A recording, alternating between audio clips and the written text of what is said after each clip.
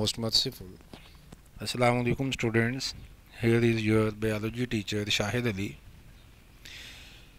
Today we will discuss about the MDCAT biology unit enzymes. Enzymes के बारे में आज डिस्कस की जाएगी बच्चों। तो अपने लेक्चर का आगाज़ करते हैं। तो सबसे पहले हमारे जो लर्निंग आउटकम्स हैं उन लर्निंग आउटकम्स के बारे में देखा जाए तो हम we will discuss about introduction of enzymes, then characteristics of enzymes in different aspects, then mechanism of the enzyme action will be discussed here.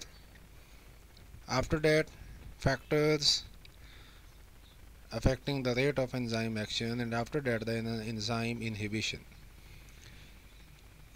इन चीज़ों को यहाँ पे डिस्कस किया जाएगा, इन स्पेशल कंसर्न्स को यहाँ पे देखा जाएगा। तो वन बाय वन हम देखते हैं यहाँ। तो थोड़ा सा यहाँ हिस्टोरिकल पर्सपेक्टिव सामने रखा गया। Early 19th century French chemist थे Payen and Persoz. They grounded the barley seeds in the water. वहाँ से उन्होंने स्टार्च को डाइजेस्ट करने वाला मटेरियल एक्सट्रैक्ट किया। चूँकि ये स्टार्च डाइजेस्टिंग मटेरियल था इसलिए इसे डायस्टेसिस कहा गया। और आज हम जानते हैं कि जितने भी डाइजेस्टिंग एंजाइम्स होते हैं जो कि हाइड्रोलिसिस करवाया करते हैं, इनको हम डायस्टेसिस कहा करते हैं। Then here enzymes, if we talk about definition of the enzyme is a biocatalyst. Such a catalyst which speed up a chemical reaction within the bodies of living organisms is called as biocatalyst. Catalyst तो हम जानते हैं सच कि ये chemical reactions को speed up तो करते हैं लेकिन उसमें कंज्यूम नहीं हुआ करते, जबकि बायोकैटलिस्ट जो कि biochemical reaction, as we know well कि लाइफ को मेंटेन करना बेसिकली बायोकेमिकल रिएक्शंस का काम है। लाइफ बेसिकली बायोमोलिक्यूल्स पर मुश्तमिल है और इनकी इंटर कन्वर्जन बायोकेमिकल रिएक्शंस हैं और all of these reactions are controlled by the enzymes. Then chemical nature of enzyme, globular protein. Almost all enzymes are globular protein, like pepsin है, like trypsin, like glucokinase, like dehydrogenase, like oxidase, reductase. ये जितने भी enzyme है ना, ये सारे के सारे इनकी केमिकल नेचर प्रोटीन है और जितने और ख़ास तौर पे ग्लोब्यूलर प्रोटीन है। लेकिन यहाँ एक एक्सेप्शन भी मौजूद है। एक एंजाइम ऐसा भी है जिसे हम मिकैनो एंजाइम कहते हैं। ग्लॉसरी पार्ट 1 के अंदर इसे मेंशन भी किया गया, डेट इज़ मायोसिन।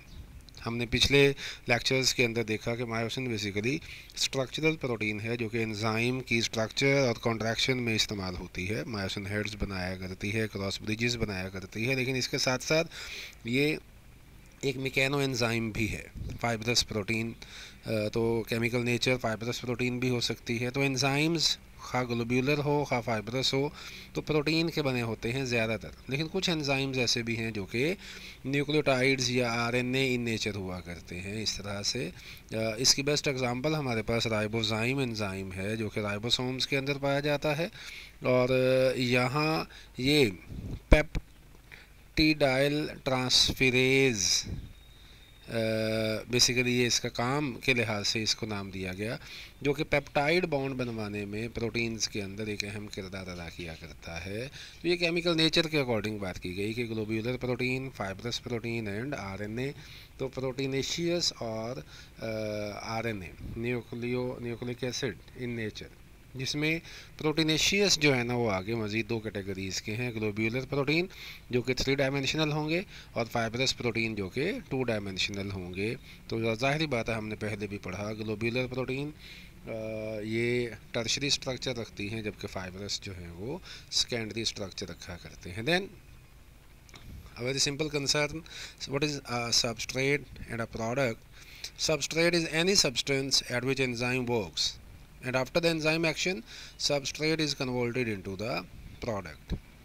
तो एंजाइम एक्शन से पहले एंजाइम जिस पे काम करेगा सबस्ट्रेट कहलाएगा, और उसके बाद जो चीज़ बनेगी उसे हम प्रोडक्ट कहते हैं। जैसे पेप्सिन एंजाइम ये काम करता है प्रोटीन्स पर और कन्वर्ट करता है into the peptones and polypeptides. तो प्रोटीन्स इसके सबस्ट्रेट हैं और पेप्टोन्स इसका प्रोडक्ट है basically. Then characteristics of enzymes, यहाँ वही बात, almost all enzymes are globular proteins. तमाम के तमाम एंजाइम्स जो हैं ये ग्लोब्यूलर प्रोटीन्स होते हैं, ऑलमोस्ट ऑल एंजाइम्स। अच्छा, अब यहाँ दो बातें हैं, एक तो enzymes almost all enzymes are proteins, एक तो ये बात भी है। दूसरा उसी तरह कि जो प्रोटीन इन नेचर होते हैं वो तकरीबन आपकी जो हमारे टेक्स्ट बुक्स हैं वो ये कहती हैं कि सारे जो हैं डायरेक्टली सारे जो हैं वो प्रोटीन ग्लोब्यूलर प्रोटीन के होते हैं। लेकिन अभी हमने ऊपर देखा कि एंजाइम्स जो है ना, जो ग्लोब्यूलर प्रोटीन के भी नहीं होते, लेकिन साथ में वो फाइब्रस प्रोटीन के भी हो सकते हैं। देन प्रोटीनेशियस एंजाइम्स, ये फेडरल से कुछ इन्फॉर्मेशन ली गई हैं, are macromolecules ranging molecular weight 10,000 dalton to the 1 million dalton. अब हम जानते हैं कि मैक्रोमोलिक्यूल की रेंज यही होती है 10,000 डाल्टन या उससे ज़्यादा। तो जिसमें टर्शरी और क्वाटरनरी स्ट्रक्चर, ज़ाहिर बात है अगर वो ग्लोब्यूलर प्रोटीन है, अगर फाइब्रस प्रोटीन है तो सेकेंडरी स्ट्रक्चर होगी, जो कि एक एक्सेप्शन के तौर पे हम यहाँ डिस्कस कर रहे हैं। Increase the rate of reaction without themselves being used up, ज़ाहिर बात है ये कैटलिस्ट की डेफिनेशन है बेसिक।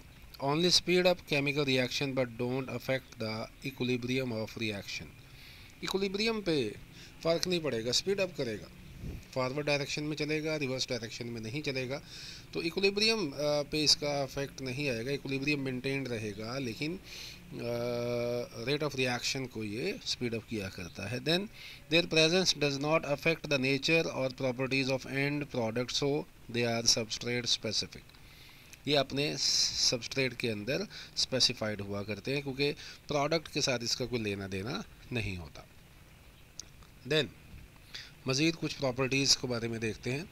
एंजाइम की बहुत कम मिकदार, very small amount of enzyme. Enzyme का मॉलिकुलर वेट ज़्यादा है, लेकिन एंजाइम ने जिस रिएक्शन को कंट्रोल करना है उसमें एंजाइम की इन्वॉल्वमेंट बहुत कम हो। बहुत थोड़ा सा एंजाइम एक केमिकल रिएक्शन को स्पीड अप करने की सलाहियत रखता है। तो स्मॉल अमाउंट ऑफ एंजाइम की बात की जा रही है क्वांटिटेटिवली। क्वालिटेटिवली बात करें तो एंजाइम इटसेल्फ जो है ना वो एक मैक्रोमोलिक्यूल है। They are very specific in their action. एक सिंगल एंजाइम आमतौर पे एक सिंगल रिएक्शन को ही कंट्रोल करता है according to the induced fit model, lock and key model, sorry. तभी तो इनको हम नॉन रेगुलेटरी एंजाइम भी कहते हैं, आगे देखेंगे हम। Then they are sensitive to even minor change in pH, temperature and substrate concentration. ये आगे इफेक्ट्स हम देखते हैं अभी। They lower the activation energy, minimum amount of energy required to start a chemical reaction, so they lower the activation energy, ताकि reaction आसानी के साथ शुरू हो और प्रोसीड करे।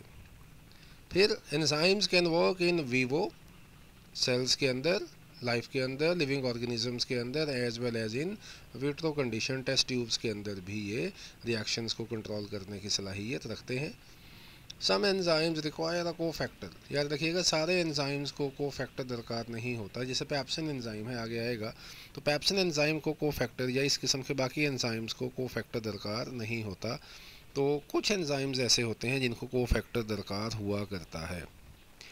तो एंजाइम्स एक्वस मीडियम के अंदर काम करते हैं, सॉलिड या गैशियस फॉर्म के अंदर एंजाइम काम नहीं करेगा।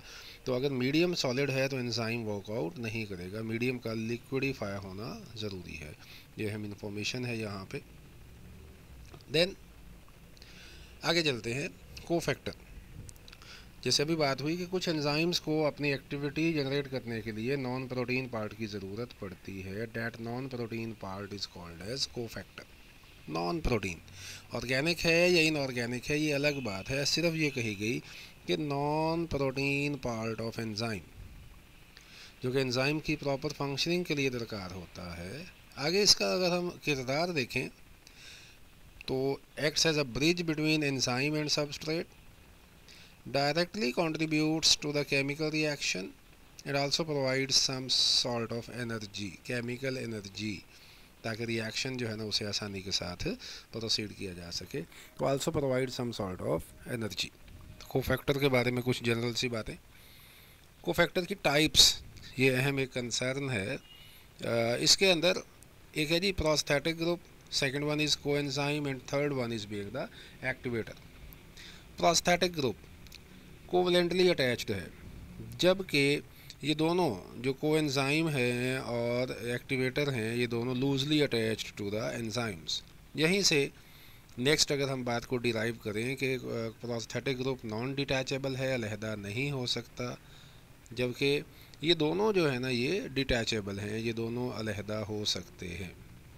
देन जो अलहदा नहीं होगा ना उसे बार बार इस्तेमाल नहीं किया जा सकेगा. एक ही बार लगा हुआ है, साथ में चला हुआ है, किसी और एंजाइम में इस्तेमाल होने के काबिल नहीं है, तो नॉट रीयूज्ड. जबकि कोएंजाइम और एक्टिवेटर दोनों एक सेंस में दोनों के दरमियान ये सिमिलरिटीज़ हैं जो हम तीनों यहाँ बयान कर रहे हैं, तो कैन बी रीयूज्ड.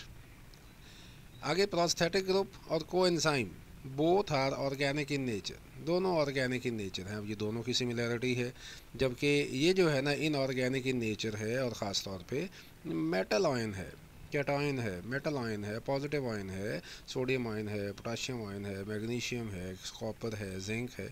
जबकि नॉन मेटल आयन जो है ना ऑक्साइड है, सल्फाइड है, ये एक्टिवेटर नहीं हुआ करते. आगे प्रोस्थेटिक ग्रुप, वही जो ऊपर हमने बातें की वहीं से डिराइव किया गया. Permanently attached to the enzyme, so present before substrate, substrate से भी पहले ये उसके साथ लगा होता है. जबकि कोएंजाइम और एक्टिवेटर चूँकि अलहदा हो जाते हैं तो सबस्ट्रेट लगने के बाद ये वहाँ आते हैं, उतर जाते हैं, फिर दोबारा आते हैं.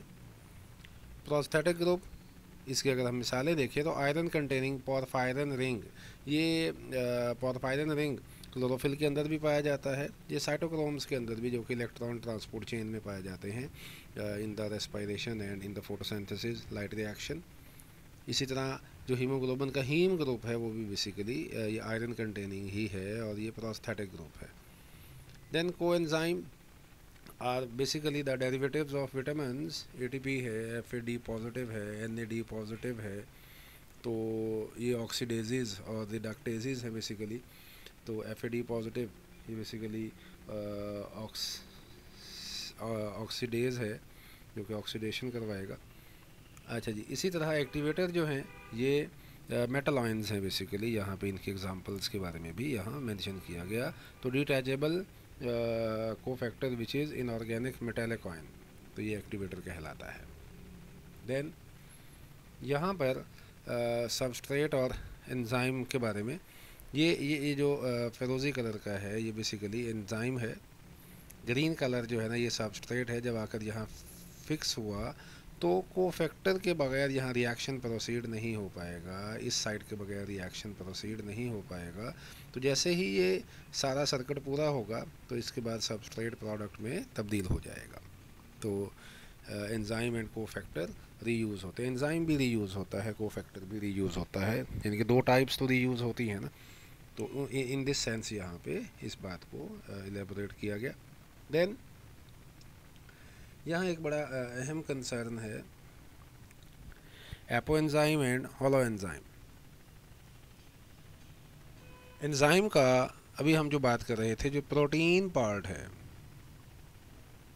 प्रोटीन पार्ट जो सोर एंजाइम है, जो कोर एंजाइम है बेसिकली, ये हमने डीएनए पॉलीमरेज के अंदर भी पढ़ा. जो एक्चुअल एंजाइम है, जो कोर एंजाइम है, वो बेसिकली प्रोटीन पार्ट होता है.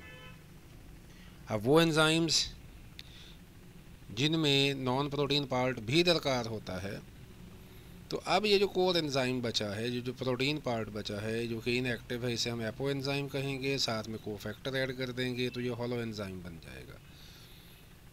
अच्छा, जो आगे हम देखते हैं कि जो एंजाइम जिनको वो कोफैक्टर दरकार नहीं होता, वहाँ भी जो इनएक्टिव स्टेट है, हर एंजाइम एक्टिव और इनएक्टिव स्टेट में होता है, तो वहाँ जो एक्टिव स्टेट है उसे हम हॉलो और जो इनएक्टिव होगी उसे हम एपो एंजाइम कहेंगे. तो अब देखिए एपो एंजाइम, इस इक्वेशन को आप डिफरेंट एंगल्स में ले सकते हैं। Apo enzyme will be equal to holo enzyme minus cofactor. तो कोफैक्टर क्या हो जाएगा, इसी इक्वेशन को सामने रखिएगा, cofactor will be equal to holo enzyme minus apo enzyme. तो ज़रा इस एंगल से भी चीज़ों को जहन में रखिएगा। अच्छा, अब apo enzyme, enzyme without cofactor, जबकि एंजाइम विद प्रॉपर कोफैक्टर। तो कोफैक्टर नहीं है तो इनकम्प्लीट है, ज़ाहिर बात है इनएक्टिव भी होगा, और हॉलो एंजाइम कंप्लीट भी होगा और एक्टिव भी होगा, फिजियोलॉजिकली एक्टिव। यहाँ एक एंजाइम की बात की गई है, कार्बोनिक एनहाइड्रेज, जो कि विदाउट जिंक। तो ये एपो एंजाइम है। ये 13वें चैप्टर के अंदर फर्स्ट ईयर जो है उसमें हम देखते हैं वो एंजाइम जो कि ऑक्सीजन को जोड़ता है हीमोग्लोबिन के साथ, कार्बोनिक एनहाइड्रेज। अच्छा, इसी तरह सक्सिनेट डिहाइड्रोजिनेज, ये क्रेब साइकिल के अंदर सक्सिनेट से फ्यूमरेट जब बनाता है तो वहाँ ना इसे कोएंजाइम दरकार होता है, रिडक्टेज कोएंजाइम, जो कि FAD पॉजिटिव है। तो ये FAD पॉजिटिव जो है ना, ये यहाँ ये जो डिहाइड्रोजिनेज है जो कि हाइड्रोजन को रिमूव करवाएगा, तो ये FAD पॉजिटिव जो कि रिडक्शन करवा रहा है अपने साथ हाइड्रोजन को ऐड कर रहा है, तो वो एंजाइम, वो कोएंजाइम वहाँ पर दरकार होता है, used in the Krebs cycle. तो इस तरह ये जो succinate dehydrogenase without FAD positive coenzyme है, ये इसका एपो एंजाइम है, जबकि विद FAD पॉजिटिव ये इसका जो है हॉलो एंजाइम हो जाएगा। एक तो ये कंसर्न था। दूसरा, ज़ाहिर बात है वही कि वो एंजाइम जिनको कोफैक्टर दरकार नहीं होता, प्रोटीएजेस, प्रोटीन डाइजेस्टिंग एंजाइम्स, ये इनको कोफैक्टर दरकार नहीं है, तो इनके यहाँ भी active and non active stage है। तो पैप्सिन हम जानते हैं पैप्सिनोजिन की फॉर्म में रिलीज़ होता है, जिसके बाहर एक एडिशनल पॉलीपेप्टाइड फ्रेगमेंट होता है। तो अब ये इनएक्टिव फॉर्म में है और एपो एंजाइम है। इसे मीडियम एसिडिक या बेसिक मीडियम दरकार है, इसे ख़ास तौर पे बेसिक एसिडिक मीडियम दरकार है 2 to 3 pH, जिससे ये इसका पॉलीपेप्टाइड का जो कवर है, जो गिलाफ है, ये हट जाएगा और हॉलो एंजाइम बन जाएगा और ये एक्टिवेशन स्टार्ट कर देगा। जैसे ही मीडियम अगेन एसिडिक से नॉर्मलाइज या न्यूट्रलाइज होने की तरफ जाएगा, तो ये पैप्सिन जो है, ये पैप्सिनोजिन अगेन इनएक्टिव हो जाएगा। तो इस सेंस में भी हम एपो एंजाइम और हॉलो एंजाइम ले सकते हैं।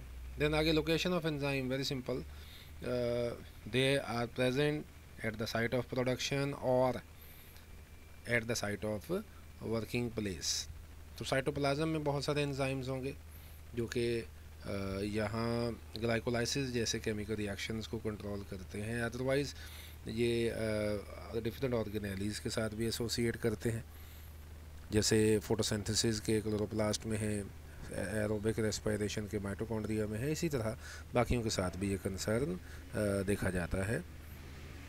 Then mechanism of enzyme action, very simple, कि एंजाइम ने जब भी काम करना है तो एंजाइम के साथ उसका सबस्ट्रेट मिलेगा जिसको एक्टिव या बाइंडिंग साइट सेलेक्ट करेगी, और एंजाइम सबस्ट्रेट कॉम्प्लेक्स बनेगा, तब जाकर सबस्ट्रेट को प्रोडक्ट में तब्दील किया जा सकेगा। जब तक ये एंजाइम सबस्ट्रेट कॉम्प्लेक्स नहीं बनेगा तब तक रिएक्शन आगे प्रोसीड नहीं होगा।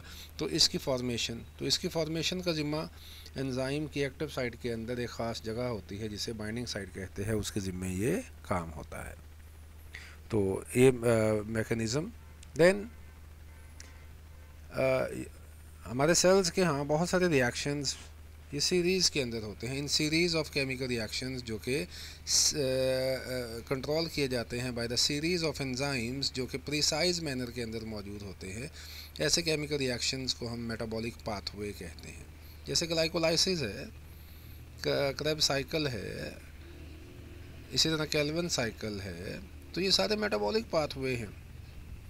तो enzymes are present in a precise order, जिसमें एक एंजाइम जो है ना वो अपनी प्रोडक्ट को दूसरे एंजाइम के हवाले करता है एज सबस्ट्रेट।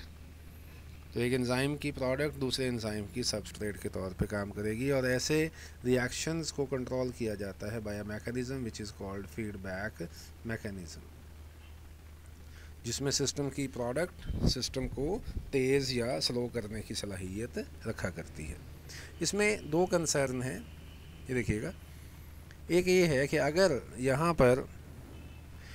अगर प्रोडक्ट एनहांस होना शुरू हो जाए, फाइनल प्रोडक्ट एनहांस होना शुरू हो जाए, तो इस फाइनल प्रोडक्ट के एनहांस होने से यहाँ जैसे ही सैचुरेशन होगी फाइनल प्रोडक्ट की, जैसे मार्केट के अंदर हम शुगर की बात करें कि मार्केट में चीनी जैसे ही बढ़ना शुरू हो जाएगी तो इसका इफ़ेक्ट सीधा जाकर इस फैक्ट्री के ऊपर आएगा, इस इनिशियल जो है ना पॉइंट पे आएगा।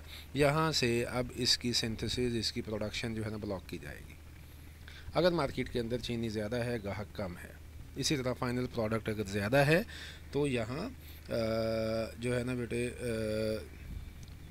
जो फैक्ट्री है उसको बंद किया जाएगा। होल सेल को नहीं बंद किया जाएगा, उसके बाद डीलर को नहीं बंद किया जाएगा, लेकिन फैक्ट्री जो है ना उसको बंद कर दिया जाएगा। लेकिन जैसे ही अब मार्केट के अंदर चीनी कम पड़ गई, फाइनल प्रोडक्ट कम हो गई, मार्केट में कम हुई, तो अब जैसे ही मार्केट में चीनी कम होगी तो यहाँ ये जो फैक्ट्री है ना, इस फैक्ट्री के अंदर एक्टिविटी स्टार्ट हो जाएगी। फैक्ट्री में एक्टिविटी स्टार्ट होगी, इनिशियल प्रोडक्ट जो है ना ये एक्यूमुलेट होगी और उसके बाद ये सारी चेन आगे चलना शुरू हो जाएगी।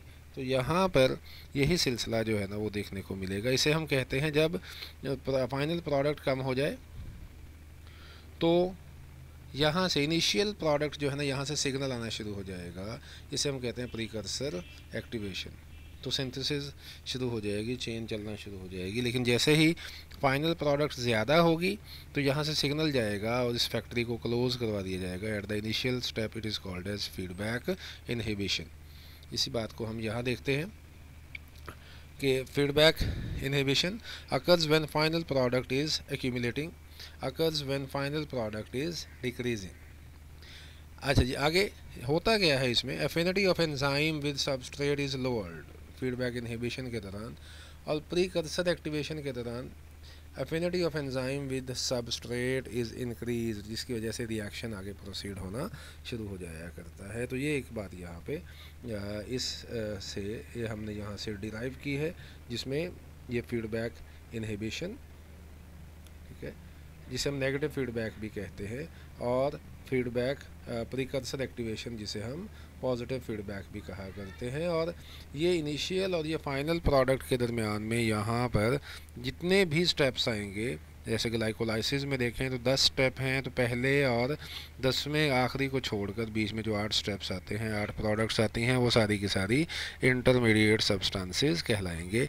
एक एंजाइम जिसने ए पे काम किया और बी बनाया, अब ये B is the product of the enzyme 1, तो ये जो बी है that will be the substrate of the next.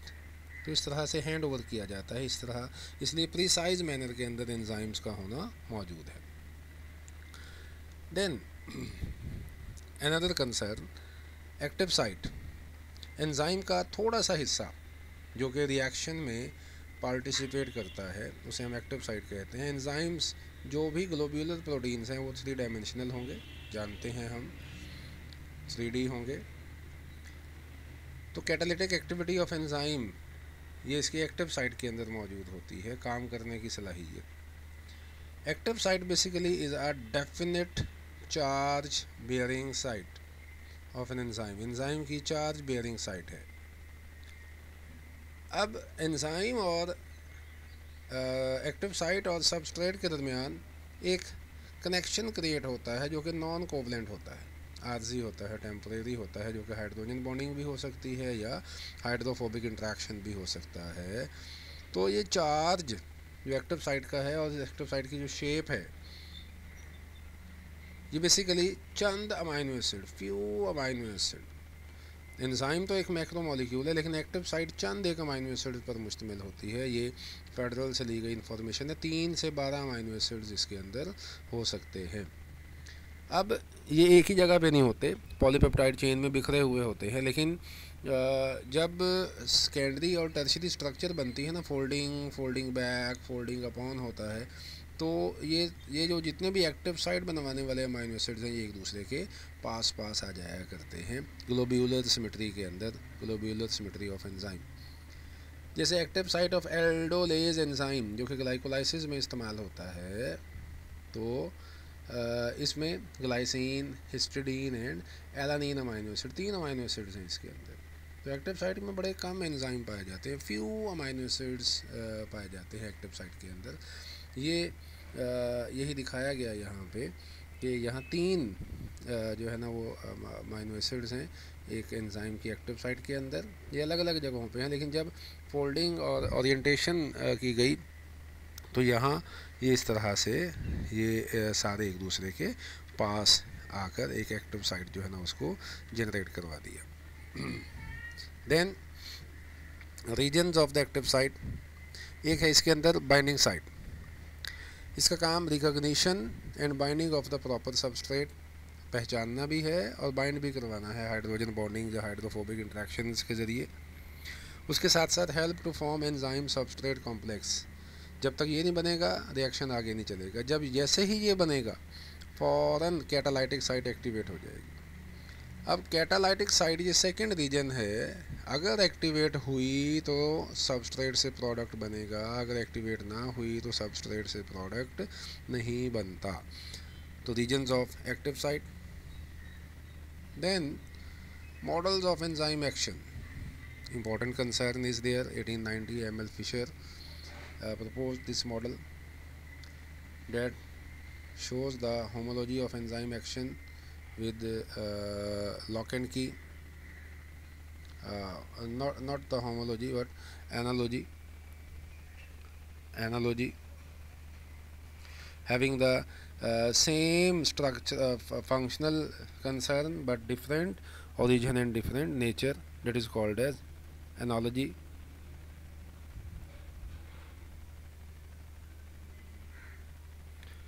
तो जैसे हर ताले के लिए मखसूस चाबी होती है, इसी तरह हर एंजाइम एक मखसूस सबस्ट्रेट के लिए होता है, स्पेसिफिक होता है। तो लेकिन ओवरऑल ये मॉडल इतना एक्सेप्टेबल नहीं रहा, क्योंकि चंद एक enzyme, very small number of enzyme ये सिलसिला शो करते हैं, इस मॉडल को फॉलो करते हैं। इनको हम नॉन रेगुलेटरी एंजाइम्स कहते हैं। ज़्यादातर एंजाइम्स जो है ना वो नॉन रेगुलेटरी नहीं होते, तो वो रेगुलेटरी होते हैं जो अपने आप के अंदर मॉडिफिकेशन करते हैं। तो when one enzyme can catalyse only one substrate and essentially no other, it is called as absolute specificity। बेहतरीन 100% स्पेसिफिसिटी, सिर्फ एक पर ही काम करना है। पैप्सिन है, जैसे यूरिएज एंजाइम है, ये एंजाइम हाइड्रोलिसिस ऑफ यूरिया करवाता है, इसके अलावा कोई और काम नहीं करवाता। तो इसे हम एब्सोल्यूट स्पेसिफिसिटी कहेंगे, और ये लॉक एंड की मॉडल को फॉलो कर रहा है। Then lock and key model के मुतालिक यहाँ पे डायग्रामेटिक एक्सप्रेशन भी दिया गया। This is an enzyme having a specific active site. Substrate ऐसा होगा वही फिट हो पाएगा, अदरवाइज़ कोई और सबस्ट्रेट यहाँ पे आके फिट नहीं हो पाएगा। देन अनदर मॉडल बाकी एंजाइम्स की एक्टिविटी के लिए पेश किया गया कि active site isn't a rigid but it is a flexible. तो इसके अंदर वेरिएशन आती है, रिएक्शन शुरू करने से पहले, रिएक्शन के दौरान और रिएक्शन ख़त्म करने के बाद ये अपनी ओरिजिनल पोजीशन पे वापस भी आ जाया करती है। तो return to its original position. तो enzyme can carry out much more than one type of related reaction, एक से ज़्यादा रिएक्शंस। इसमें इन एंजाइम को हम रेगुलेटरी एंजाइम्स कहते हैं। तो जैसे हेक्सोकाइनेज, अब इसने बेसिकली हेक्सोजिस के अंदर फॉस्फेट को ऐड करना है। अब वो हेक्सोज जो है ना ग्लूकोज भी हो सकता है, फ्रक्टोज भी हो सकता है। इसी तरह कार्बोनिक एनहाइड्रेज एंजाइम है, can add oxygen to haemoglobin as well as can control the formation of carbonic acid. जब रेस्पिरेशन के दौरान कार्बन डाइऑक्साइड को ट्रांसपोर्ट किया जाता है तो ज़्यादातर कार्बन डाइऑक्साइड प्लाज्मा में हल होकर आती है बायोकार्बोनेट सॉइंस की फॉर्म में। तो वहाँ ऑक्सीजन और कार्बन डाइऑक्साइड और पानी का रिएक्शन इसी एंजाइम की मदद से कंट्रोल होता है। तो इसे हम एलोस्टेरिक साइट्स भी कहते हैं, एलोस्टेरिक एंजाइम्स भी कहते हैं, जहाँ 2 एक्टिव साइट्स इसके पास मौजूद होती हैं। देन तो ये यहाँ पे कंसर्न आ गया haemoglobin as well as can control the formation of carbonic acid and bicarbonate in blood. Then इसके बाद फैक्टर्स आ जाते हैं। हमारे सेल में almost about 1000 chemical reactions are occurring at every time. तो इन तमाम के तमाम रिएक्शंस को कंट्रोल करना एंजाइम्स की स्पेसिफिसिटी पे बेस करता है कि एंजाइम्स स्पेसिफिक रिएक्शंस को किस अंदाज में कंट्रोल कर रहा होता है। तो यहाँ कुछ फैक्टर्स हैं। एक एंजाइम कंसंट्रेशन डायरेक्टली प्रोपोर्शनल है, एंजाइम बढ़ाएंगे तो रिएक्शन बढ़ता जाएगा, लेकिन सबस्ट्रेट यहाँ पे अनलिमिटेड होना चाहिए, एट अनलिमिटेड सबस्ट्रेट कंसंट्रेशन। अगर अनलिमिटेड सबस्ट्रेट होगा तो अगर हम एंजाइम डबल करेंगे यानी कि एक्टिव साइट डबल करेंगे यानी कि वर्किंग हैंड डबल करेंगे तो रिएक्शन की रफ्तार भी डबल हो जाया करती है। तो ये एंजाइम कंसंट्रेशन के साथ इसका कंसर्न है। Then substrate concentration. अब substrate concentration again directly proportional, rate of reaction is directly proportional to the substrate, directly proportional, बराह रास्त सबस्ट्रेट बढ़ाएंगे रिएक्शन बढ़ेगा। When substrate concentration is low and enzyme concentration is kept constant, ज़ाहिर बात है बाकी factors को हमें कांस्टेंट रखना पड़ेगा। और सबस्ट्रेट लो हो, अगर सबस्ट्रेट अगर पहले ही हाई हो तो फिर उससे कोई फ़र्क नहीं पड़ेगा। तो अब एक ऐसा लम्हा आता है जब सारी एक्टिव साइट्स एंगेज हो जाएंगी, सारी हेल्पलाइंस एंगेज हो जाएंगी, मज़ीद किसी कस्टमर को मज़ीद किसी सबस्ट्रेट को एंटरटेन नहीं किया जाएगा, that is called as saturation. अब हम मज़ीद सबस्ट्रेट ऐड करते भी जाएं तो रिएक्शन की रफ्तार में इजाफा नहीं होगा, इसे हम सैचुरेशन कहते हैं। At saturation no increase in rate of reaction by increasing the substrate. लेकिन अगर हम एंजाइम और ऐड कर दें यानी कि एक्टिव साइट और बढ़ा दें सैचुरेशन के बाद तो रिएक्शन रेट इंक्रीज़ होगा, लेकिन अगली सैचुरेशन तक जाकर अगेन सेम सिचुएशन रिपीट हो जाएगी। तो सबस्ट्रेट कंसंट्रेशन, यहाँ सबस्ट्रेट कंसंट्रेशन को दिखाया भी गया वही बात कि शुरू में एंजाइम के पास ये यहाँ तक एक्टिव साइट्स थी, सपोज 20 एक्टिव साइट्स थी। हम सबस्ट्रेट बढ़ाते जा रहे हैं, रिएक्शन की रफ्तार बढ़ती जा रही है, लेकिन जैसे ही यहाँ पे आए सारी एक्टिव साइट्स एंगेज हो गई, सारी चेयर्स फिल हो गई। अब मज़ीद मेहमान आएंगे उन्हें हम नहीं बिठा सकते, मज़ीद गेस्ट आएंगे, मज़ीद पैसेंजर आएंगे, गाड़ी में नहीं बिठा सकते। तो पैसेंजर बढ़ते भी जाएँ, गाड़ियाँ सारी सीट बाय सीट हो गई हैं, तो अब उनमें रिएक्शन की रफ्तार में इजाफा नहीं होगा, सैचुरेशन। हाँ, अब हमने गाड़ियाँ बढ़ा ली हैं तो पैसेंजर और ज़्यादा जो है ना वो अकोमोडेट किए जा सकते हैं, लेकिन at a certain limit again saturation हमें देखने को मिलेगी। तो ये कंसर्न था यहाँ पे। देन टेम्परेचर, यहाँ पर increase in temperature increase the rate of reaction, directly proportional है, decrease in temperature decrease the rate of reaction. लेकिन एक्सट्रीम लेवल्स में फ़र्क है। एक्सट्रीम लेवल्स में फ़र्क इस तरह से है कि अगर हम टेम्परेचर को बायोकेमिकल रिएक्शंस में एक्सट्रीम लेवल पे ले जाए एंजाइम डीनेचर हो जाएगा, लेकिन या एंजाइम डीनेचर हो जाएगा अगर इनऑर्गेनिक रिएक्शन में भी हम इसे लेकर चल रहे हैं, एंजाइमेटिक रिएक्शन में। लेकिन अगर हम टेम्परेचर को लो करते जाए ना, फ्रीजिंग या उससे भी लो ले जाए, तो एंजाइम डीनेचर नहीं होगा, इनएक्टिव ज़रूर हो जाएगा, दोबारा से एक्टिवेट हो सकता है। अच्छा जी, इनऑर्गेनिक रिएक्शन जहाँ एंजाइम इन्वॉल्व नहीं है वहाँ टेम्परेचर बढ़ाते जाएँ, रिएक्शन की रफ्तार में इजाफा होता जाएगा। लेकिन ऑर्गेनिक रिएक्शन जहाँ एंजाइम इन्वॉल्व होगा ना, वहाँ टेम्परेचर एक ख़ास हद तक ही बढ़ाया जा सकता है। तो for each 10 degree rise reaction rate becomes double. Temperature at which enzyme works maximum is called as optimum temperature. तो temperature which causes the denaturation of enzymes is called as maximum temperature. Denaturation is started after optimum temperature but occurs at the maximum temperature. याद रखिएगा, optimum temperature के फौरी बाद denaturation नहीं हो जाती, आहिस्ता आहिस्ता हुआ करती है, लेकिन मैक्सिमम टेम्परेचर पे जाके डीनेचुरेशन हो जाएगी। देन यहाँ एक कंसर्न जो आपसे पहले शेयर किया, टेम्परेचर को हम लो करें नियर और below freezing point, enzyme is activated not denatured. लेकिन अगर हम मैक्सिमम लिमिट पे ले जाएं तो एंजाइम डीनेचर हो जाएगा। The temperature at which inactive enzyme becomes active, हम टेम्परेचर बढ़ाते जा रहे हैं, आहिस्ता आहिस्ता एंजाइम एक्टिव हो जाएगा। तो वो टेम्परेचर जहाँ पे एंजाइम एक्टिव हो जाए इसे हम मिनिमम टेम्परेचर कहते हैं।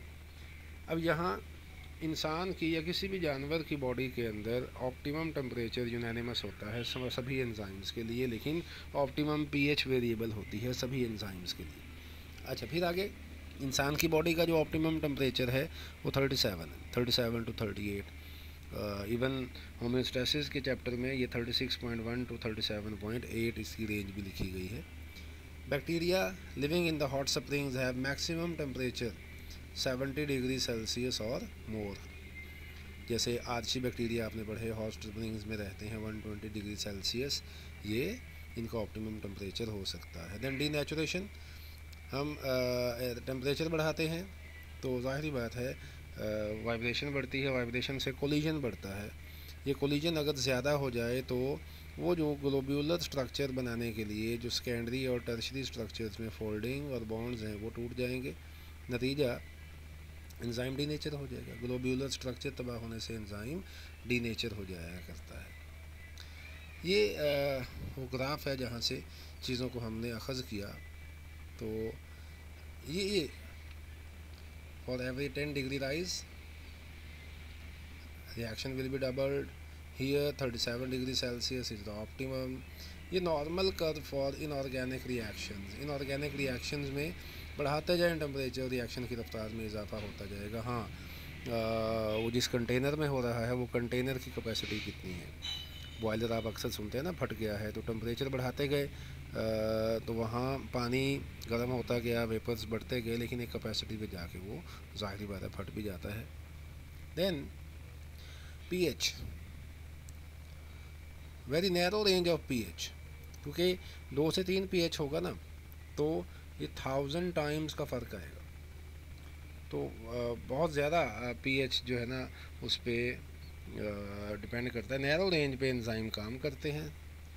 इसमें अगर स्लाइड चेंज आए तो ionization of amino acids at the active site ये डिस्टर्ब होगी, जिसकी वजह से it can also affect the ionization of substrate. दोनों चीज़ों से ना बॉन्डिंग बनाने में डिफ़िकल्टी होगी या कंप्लीट कोवलेंट बॉन्ड बन जाएगा। अगर कोवलेंट बॉन्ड बन गया ना एक्टिव साइट और सबस्ट्रेट में तो रिएक्शन नहीं चल पाएगा। तो आयोनाइजेशन से कोवलेंट बॉन्ड और इवन आयोनिक बॉन्ड बनने का चांस बढ़ जाता है, जिससे रिएक्शन प्रोसीड नहीं हो पाता। तो डीनेचुरेशन तब होगी जब इसके अंदर ज़्यादा extreme change in the pH होगा, तो डीनेचुरेशन ऑफ एंजाइम होना स्टार्ट हो जाती है। यहाँ कुछ एंजाइम्स का पीएच ये दिया गया, ऑप्टिमम पीएच स्पेशली पैप्सिन 2 है, सुक्रेज 4.5 है, एंटीरोकाइनेज ये हमारे स्मॉल इंटेस्टाइन में पैदा होता है और एक्टिवेटर के तौर पे काम करता है। ट्रिप्सिनोजिन को एक्टिवेट करवाता है into the trypsin, small intestine से पैदा होने वाला वाहिद एंजाइम है। Then salivary amylase 6.80। Then catalase, अब इस कैटालेज को हम क्या कहेंगे, स्लाइटली बेसिक इसे हम कहेंगे स्लाइटली एसिडिक सलाइवरी अमाइलेज को। Medially acidic 4.5, highly acidic 2.0।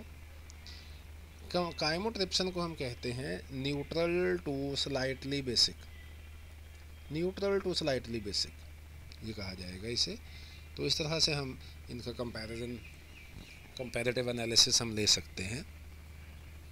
Then inhibitor, inhibit करने वाला ऐसा सब्सटेंस जो कि एक्टिव साइट को ब्लॉक करेगा टेम्पोरेरीली और परमानेंटली, टेम्पोरेरीली और permanently, that will be called as an inhibitor like cyanide, antibiotics, antimetabolites and some drugs. Then inhibitors are of two types, basic two types, reversible inhibitor and irreversible. Reversible form weak linkage with the enzyme but irreversible form covalent bond with the enzyme. तो ज़ाहिर सी बात है जो weak linkage बना रहा है उसको neutralise किया जा सकेगा, इरिवर्सिबल को न्यूट्रलाइज़ नहीं किया जा सकता। रिवर्सिबल ग्लोब्यूलर स्ट्रक्चर को ख़राब नहीं करेगा, इरिवर्सिबल ग्लोब्यूलर स्ट्रक्चर को फिज़िकली ब्लॉक भी करेगा और तबाह करने की सलाहियत भी रखता है। लाइक साइनाइड है, और यहाँ malonate for succinate dehydrogenase enzyme. यहाँ competitive and non competitive inhibitor, ये जो कॉम्पिटिटिव इनहिबिटर है ना, ये structural similarity with the enzyme with the substrate, ये ऐसा इनहिबिटर है जिसकी स्ट्रक्चर सबस्ट्रेट से मिलती जुलती होती है। जैसे यहाँ आप देखिएगा कि ये सक्सिनेट है, 4 कार्बन है इसके अंदर और टर्मिनल कार्बन पे 2 कार्बोक्सिलिक ग्रुप अटैच है। जबकि ये देखिए मेलोनिक एसिड, मेलोनेट जिसे कहते हैं, इसके अंदर 3 कार्बन है, उसी तरह टर्मिनल पे 2-2 1-1 जो है ना कार्बोक्सिलिक एसिड ग्रुप अटैच है। तो it has very much similarity with the succinate. तो structural similarity with the substrate, binding site गलती से इसको सिलेक्ट कर बैठी, सिलेक्ट तो कर बैठी गलती से भी, और दूसरा थोड़ी सी बदमाशी से भी ये सिलेक्शन करवा लेता है क्योंकि ये कंसंट्रेशन में ज़्यादा है। जैसे ही ओरिजिनल सबस्ट्रेट कंसंट्रेशन में बढ़ेगा ये इसको उतार फेंकेगा, ये इसको भगा देगा। ये भी एक कंसर्न यहाँ पर मौजूद होता है। तो structural similarity with the substrate, तो they compete with the original substrate, compete करते हैं। जैसे मेलोनेट अभी आपसे बात की, ये सक्सिनेट डिहाइड्रोजिनेज एंजाइम से मुकाबला करता है और उसका कॉम्पिटिटिव इनहिबिटर है और सक्सिनेट को वहाँ जगह पर आने से रोकता है। Non competitive, they do not have structural similarity with the substrate, active site पे अटैक भी नहीं करता, ये एक्टिव साइट के अलावा कहीं और अटैक करता है और सबस्ट्रेट का एंजाइम का सत्यानाश कर देता है। तो glucose 6 phosphate inhibiting hexokinase in brain, तो ये जो हेक्सोकाइनेज एंजाइम है उसका इनहिबिटर जो है ना वो नॉन कॉम्पिटिटिव इनहिबिटर। यहाँ देखिएगा कि ये है सक्सिनेट और ये है फ्यूमरेट। इस सक्सिनेट से 2 हाइड्रोजन निकले, ये वाले, और इस फ्यूमरेट में एक डबल बॉन्ड बना, यहाँ डबल बॉन्ड बना। तो सक्सिनेट और फ्यूमरेट में, सक्सिनिक एसिड और फ्यूमेरिक एसिड में यही फ़र्क है, 2 हाइड्रोजन कम होते हैं और एक डबल बॉन्ड ज़्यादा होता है। तो वो एंजाइम जो हाइड्रोजन निकालेगा डिहाइड्रोजिनेज, तो इस एंजाइम का नाम 2 चीज़ों पर मुश्तमिल है, सबस्ट्रेट के नाम पर भी और एक्शन के नाम पर भी। सक्सिनिक एसिड पे काम करना है, हाइड्रोजन निकालनी है इसने, तो ये इसका कंसर्न है। सक्सिनेट या सक्सिनिक एसिड और fumaric acid both has 4 carbon atoms, दोनों के टर्मिनल पे 2-2 कार्बोक्सिलिक एसिड ग्रुप लगे होते हैं। सक्सिनिक एसिड में 2 हाइड्रोजन ज़्यादा हैं फ्यूमेरिक एसिड की निस्बत। फ्यूमेरिक एसिड या फ्यूमरेट, इसमें एक डबल बॉन्ड मौजूद है जबकि सक्सिनिक एसिड में डबल बॉन्ड नहीं है। मेलोनेट में भी 2 कार्बोक्सिलिक एसिड ग्रुप हैं लेकिन 3 कार्बन एटम्स होते हैं, तो इसमें सक्सिनिक एसिड की निस्बत एक CH2 ग्रुप जो है ना वो पूरे का पूरा कम होता है। It is all about today's lecture. Thank you.